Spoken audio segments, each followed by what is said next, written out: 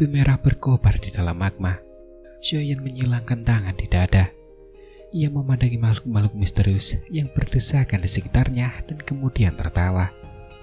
Karena ada yang dijaga, bolehkah aku bertanya tentang apa yang kalian jaga? Ucap Xiaoyan. Manusia, pergi segera atau musnah, ucap para penjaga di tempat itu. Kedua mata manusia kadal api putih pekat itu dipenuhi hawa dingin saat mereka menatap Xiaoyan. Para manusia kadal sekitarnya menunjukkan sedikit keganasan di mata mereka setelah mendengar kata-kata mereka berdua. Selain itu juga, sisik mereka menjadi jauh lebih gelap. Namun, Xiaoyan tampak tenang. Wajahnya tidak berubah karena gelombang niat memusnahkan di sekitarnya. Jika ia bertemu dengan barisan ini saat itu, kemungkinan besar ia akan ketakutan setengah mati. Namun sekarang, dua banseng biasa dan sekelompok ahli yang tidak penting sama sekali tidak mengancamnya. Aku pasti akan menuju ke dasar magma hari ini, gumam Xiaoyan. Xiaoyan juga nampak tertawa pelan. Tubuhnya tak bergerak. Sebaliknya, gejolak spiritual yang besar dan dahsyat dengan cepat menyebar dari alisnya secepat kilat. Magma tiba-tiba bergetar hebat setelah fluktuasi spiritual ini menyebar. Terdengar suara dengungan samar. Tak lama kemudian, tubuh banyak manusia kadal api di sekitar tiba-tiba bergetar. Tekanan spiritual bagaikan surga muncul dari lubuk jiwa mereka, menyebabkan mereka gemetar. Formasi mereka pun langsung hancur berantakan. Ekspresi kedua manusia kadal api yang sepenuhnya putih itu berubah saat melihat pemandangan ini. Sebelum mereka sempat berteriak keras, magma di depan mereka tiba-tiba meledak. Fluktuasi dahsyat dan tak terlukiskan meledak tanpa ampun di tubuh mereka. Gelombang magma setinggi puluhan ribu kaki menyebar dengan cepat. Kedua kadal api putih itu pun langsung terhempas. Darah juga nampak menyembur dari mulut mereka. Di sisi lain, mata mereka dipenuhi keterkejutan yang mendalam saat mereka menatap Xiaoyan. Nyahlah, ucap Xiaoyan. Xiaoyan memasang ekspresi tegas. Teriakan bagai guntur meledak dari ujung lidahnya. Fluktuasi spiritual yang dahsyat dan kuat tersembunyi di dalam teriakannya yang menyebar dengan dahsyat. Gejolak itu secara langsung menyebabkan area dalam radius 100.000 kaki dari wilayah lautan magma ini membentuk gelombang raksasa. Suara itu menyebar dan manusia kadal yang tak terhitung jumlahnya di sekitarnya terpental. Namun, Xiaoyan telah mengendalikan kekuatannya dengan baik. Meskipun ia telah memaksa mundur manusia kadal ini, ia tidak merenggut nyawa mereka. Lagi pula, ia tidak familiar dengan tempat ini dan ia tidak bisa memprediksi kejadian tak terduga seperti apa yang akan terjadi jika ia terlibat dalam pembantaian besar-besaran terhadap makhluk-makhluk ini. Karena apapun situasinya, tempat ini mungkin saja telah ditinggalkan oleh Dodi terakhir di benua Dogi ini. Berhati-hati jelas merupakan pilihan yang tepat. Dasar magma dijungkir balikan oleh Xiaoyan. Kadal api yang tampak ganas itu pun mundur jauh dengan wajah terkejut. Mereka memandang sosok seperti dewa iblis di kejauhan. Tekanan spiritual yang menakutkan itu bahkan membuat jiwa mereka gemetar. Siapapun yang berani menerobos masuk ke makam dewa akan menerima hukuman dari langit, ucap kedua manusia kadal api yang seluruhnya berwarna putih itu menelan darah manis di mulut mereka dan meraung dengan suara serak. Xiaoyan hanya tersenyum tipis menghadapi ancaman seperti itu. Hatinya mulai merasa yakin bahwa pasti ada sesuatu di dasar magma. Makam dewa yang dibicarakan makhluk-makhluk ini kemungkinan besar adalah rumah dewa kuno Tause. Mata Xiaoyan berkilat panas saat memikirkan hal ini. Ia menjelat bibirnya dan menatap magma hitam di bawahnya. Sepertinya ada sesuatu yang mengerikan yang tertinggal di ujung magma yang seakan tak berdasar ini, yang seolah membuat pori-porinya tersumbat. Semoga saja aku benar, ucap Xiaoyan bergumam pelan. Sesaat kemudian, tubuhnya bergerak, berubah menjadi cahaya api yang melesat menuju dasar magma dengan kecepatan kilat. Kadal-kadal api itu ragu sejenak saat melihat sosoknya. Namun pada akhirnya, mereka tidak turun tangan untuk menghentikannya. Dari situasinya sebelumnya, mereka jelas mengerti bahwa jika Xiaoyan tidak menunjukkan belas kasihan, kemungkinan besar mereka semua sudah musnah. Manusia bodoh, kau mencari kematianmu sendiri, ucap kedua manusia kadal yang sepenuhnya putih itu sembari bertukar pandang. Akhirnya mereka menembus dingin dan bergerak, menyatu dengan magma dan dengan cepat menuju ke kejauhan. Tanpa halangan makhluk-makhluk api itu, kecepatan Xiaoyan juga meningkat pesat. Namun, betapapun cepatnya ia tetap tidak dapat mencapai ujung magma. Jalan di depannya menjadi kental dan buram karena riak magma. Xiaoyan nampak sedikit mengernyit menghadapi situasi ini. Namun, ia tetap tidak menyerah. Kedalaman lautan magma ini telah jauh melampaui ekspektasinya. Ini bukan lagi sesuatu yang bisa diciptakan oleh kekuatan manusia. Mungkin hanya dengan mencapai level itu, seseorang akan memiliki kemampuan seperti itu. Aku tidak percaya magma ini benar-benar tak berujung, ucap Xiaoyan sembari tertawa pelan. Tubuhnya melesat seperti meteorit. Kemanapun ia lewat, ruang hampa terbentuk. Magma di dalamnya juga telah hancur berkeping-keping. Xiaoyan menerobos magma dengan sangat mudah. Warna magma di sekitarnya telah berangsur-angsur berubah dari merah terang menjadi hitam pekat pada saat yang tak diketahui. Setelah magma berubah menjadi warna ini, kecepatan Xiaoyan juga berkurang drastis. Sepertinya ada semacam panas misterius yang tersembunyi di dalam magma ini. Energi panas ini adalah sesuatu yang bahkan api teratai iblis pemurnian tidak dapat dengan mudah memurnikan dalam waktu yang singkat. Setelah perubahan lingkungan, mata Xiaoyan juga mulai berkedip cepat. Namun, kewaspadaan di matanya perlahan menjadi lebih kuat ketika sebuah peringatan tiba-tiba muncul di hatinya. Dan seketika, ia menghentikan tubuhnya yang turun dengan cepat. Magma di sekitar Xiaoyan bergetar dan meledak saat Xiaoyan berhenti mendadak. Matanya menatap lurus ke depan. Dari persepsi spiritualnya, tempat ini tampak seperti ujung magma. Namun yang ia lihat hanyalah magma yang tak berujung. Mata Xiaoyan terus berkilat. Tiba-tiba ia mengulurkan tangannya. Api teratai iblis pemurnian melonjak di atasnya dan dengan lembut menyentuh magma di depannya. Magma mulai berfluktuasi saat tangan Xiaoyan menyentuh magma. Sesaat kemudian tangannya langsung menghilang. Dengan cara itu, seolah-olah ia telah menyentuh batas alam lain. Sebuah alam tersembunyi di dasar magma, gumam Xiaoyan.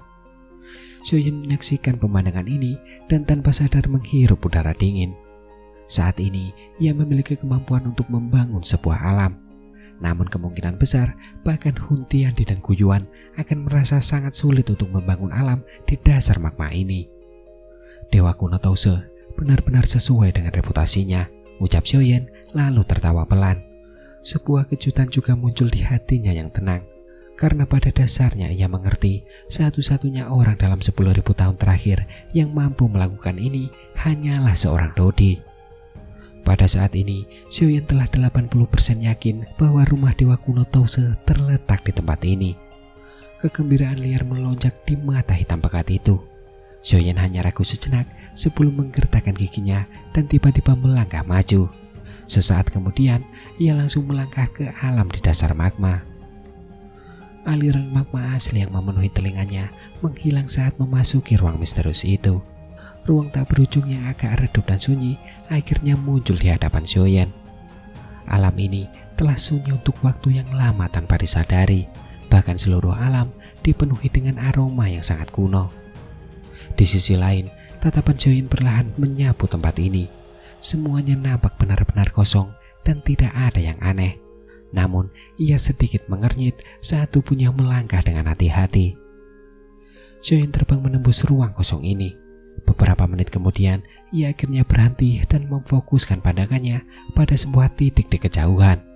Ada sebuah cahaya samar yang menggantung di atas titik itu. Xiaoyan ragu sejenak sambil menatap gugusan cahaya itu.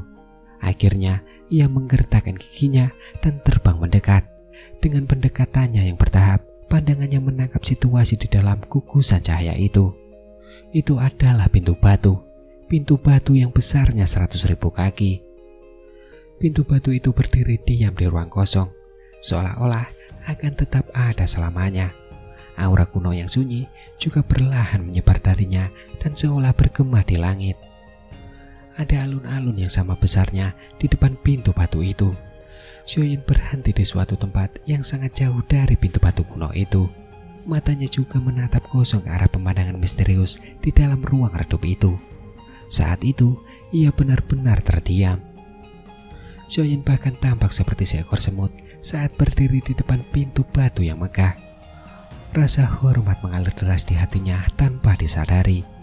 Namun, tak lama kemudian, ia tiba-tiba menyadari bahwa ada rasa waspada yang muncul di hatinya. Pintu batu ini memberinya dorongan yang tak terkendali. Seluruh tempat itu memang sangat misterius dan tak terduga. Tatapan Xiaoyan menyapu pintu batu itu. Akhirnya, ia berhenti di puncaknya. 3 kata kuno terpampang di sana. Matanya tiba-tiba menyipit ketika melihat kata-kata itu. Di sisi lain, jantungnya juga mulai berdebar kencang. Rumah dewa kuno, itulah 3 kata yang terpampang di sana. Kata-kata kuno itu tidak tampak terlalu indah. Kata-kata itu bahkan biasa saja, tetapi seolah memiliki malam tanpa akhir yang seolah mengendalikan dunia. Akhirnya aku menemukanmu, gumam Xiaoyan. Senyum di sudut mulut Xiaoyan juga tiba-tiba melebar saat dia melihat 3 kata kuno itu. Namun, senyum di sudut mulut Xiaoyan hanya bertahan sesaat ketika rasa dingin tiba-tiba muncul di hatinya, karena seolah-olah ada sesuatu yang mengawasinya. Perasaan ini membuat ekspresi Xiaoyan berangsur-angsur menjadi serius. Matanya mengamati sekelilingnya, tetapi ia tidak menemukan apapun. Sesaat kemudian, matanya menyipit dan ia perlahan menundukkan kepalanya. Pada saat yang sama, pilar api melesat keluar dari jarinya. Pilar api menyebar di dunia yang gelap ini. Sesaat kemudian, mata Xiaoyan pun mengeras saat itu. Ia benar-benar tertegun melihat ruang di bawahnya. Bahkan darah di tubuhnya seakan berhenti mengalir. Ini, gumam Xiaoyan. Xiaoyan merasa seolah-olah bahkan kulitnya meledak di tempat yang sunyi itu. Cahaya api yang terang menyinari ruang ini yang tampaknya telah gelap selama 10.000 tahun. Namun, Xiaoyan tanpa sadar merasakan hawa dingin di sekitar tubuhnya meskipun ada cahaya dari api tersebut. Sumber rasa dingin ini tampaknya berasal dari makhluk raksasa yang berada di ruang gelap di bawah. Makhluk itu sangat besar dan tak terlukiskan, berbaring di ruang gelap tanpa bergerak. Pandangan Xiaoyan beralih ke tubuhnya, namun ia masih tidak dapat melihat ujung tubuhnya ketika pandangannya terhalang oleh kegelapan di kejauhan. Makhluk misterius ini sepenuhnya berwarna ungu keemasan. Sisik-sisiknya yang sedingin es menyelimuti tubuhnya. Perasaan sekeras baja juga muncul darinya. Xiaoyan melayang di ruang hampa. Bahkan matanya tak mampu melihat makhluk itu secara utuh. Bayangkan betapa besarnya makhluk ini. Ini adalah pertama kalinya Xiaoyan melihat tubuh sebesar ini setelah sekian lama. Meskipun pengalamannya selama puluhan tahun telah membuat Xiaoyan mampu mengendalikan dirinya dengan baik, dia tetap merasa sangat terkejut saat tiba-tiba menemukan bahwa sebenarnya ada makhluk sebesar itu yang dapat melahap langit hadir di ruang gelap di bawahnya.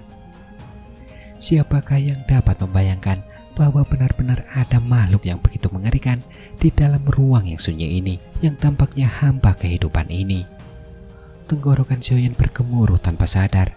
Keringat dingin bahkan muncul di dahinya. Ia mengamati dengan seksama makhluk besar yang duduk di bawahnya.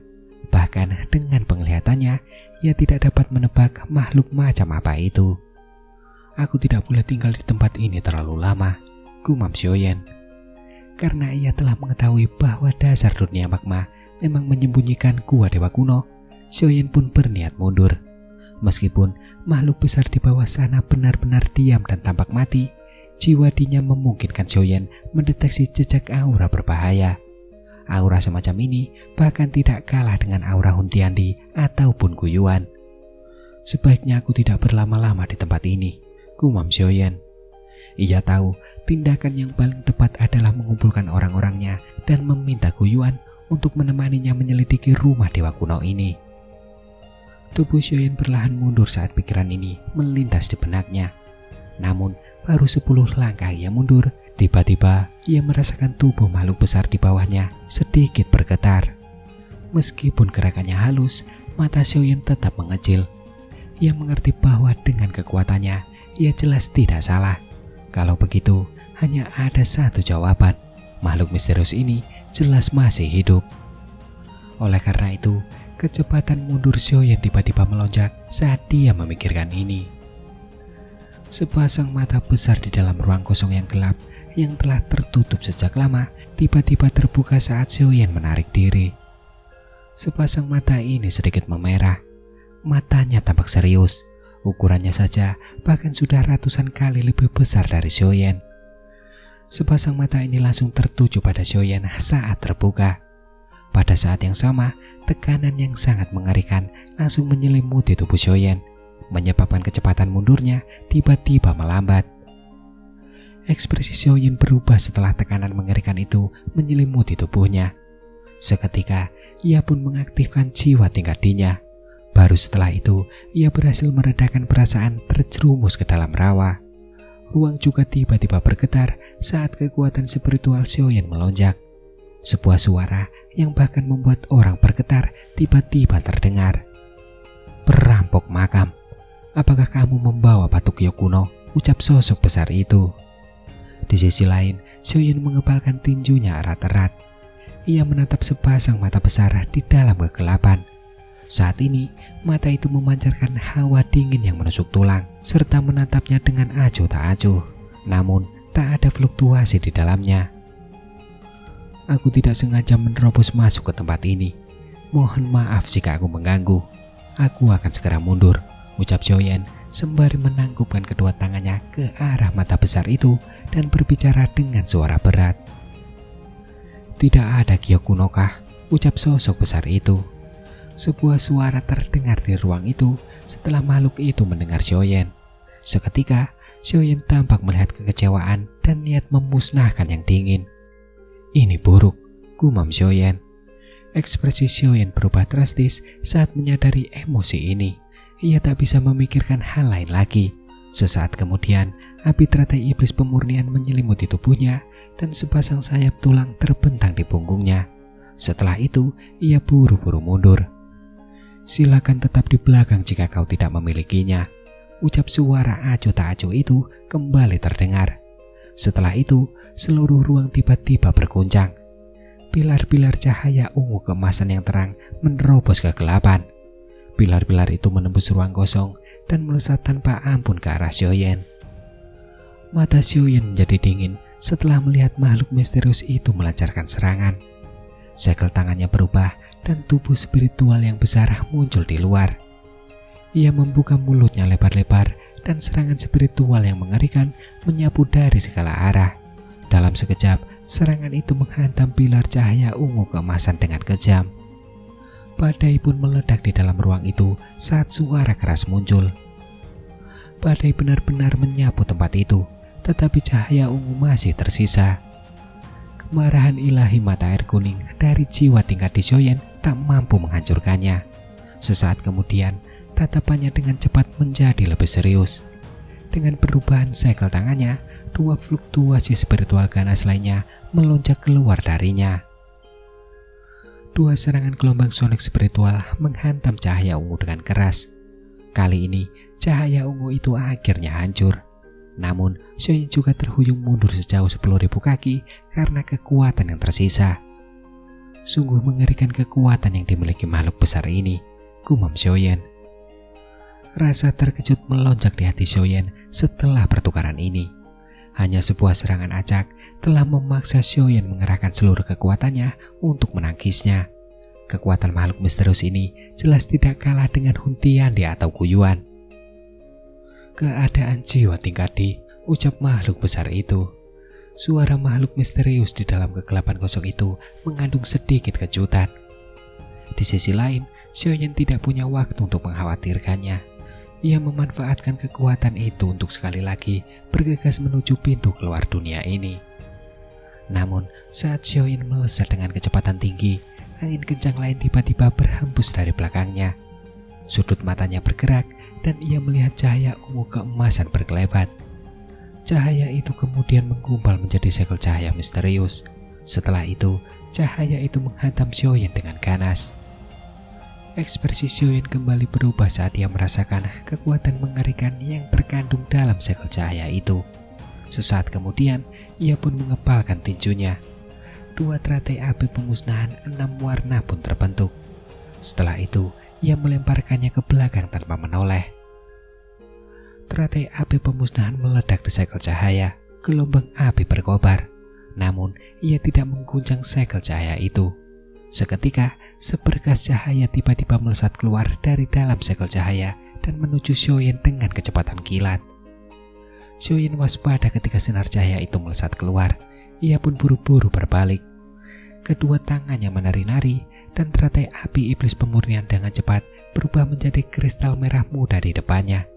Sesaat kemudian, sinar cahaya itu tiba dalam sekejap mata. Sinar itu langsung menghantam lapisan kristal api merah muda.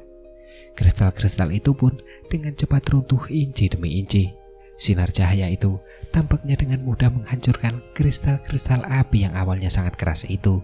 Setelah itu, sinar itu menghantam tubuh Xiaoyan dengan keras. Wajah Xiaoyan memerah setelah menerima serangan hebat ini. Seteguk darah segar dimuntahkan, sementara tubuhnya sekali lagi menggunakan momentum untuk mundur. Darah Xiaoyan mewarnai segel cahaya yang tak jauh darinya, dan itu seolah memancarkan gelombang suara mendesis. "Tetap di belakang dan temani aku," ucap makhluk misterius itu tidak berniat membiarkan Xiaoyan kabur setelah mengalahkannya dengan satu serangan. Sesaat kemudian, segel cahaya bersiul dan sekali lagi mengejar Xiaoyan. Xiaoyan berteriak getir dalam hati setelah merasakan angin yang menguncinya, karena pada dasarnya terlalu merepotkan untuk menghadapi orang ini. Ia mengangkat kepalanya dan melihat ruang yang bergoyang di kejauhan.